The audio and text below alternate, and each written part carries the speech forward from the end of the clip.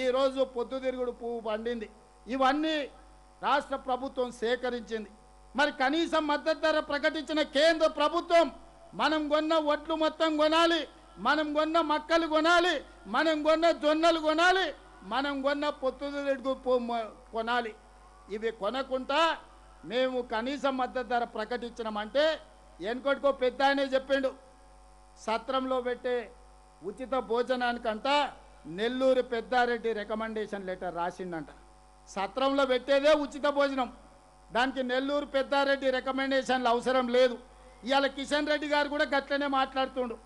కేంద్ర మంత్రి అయ్యా మీరు కేంద్రం కొనుగోలు చేయాలి, కేంద్రం కొనుగోలు చేయకపోతే మేము కొనుగోలు చేసిన వడ్లు మక్కలు జొన్నలు పొద్దుతిరుగుడు ఇత్తులు ఏడబొయ్యాలని నేను అడుగుతున్నా.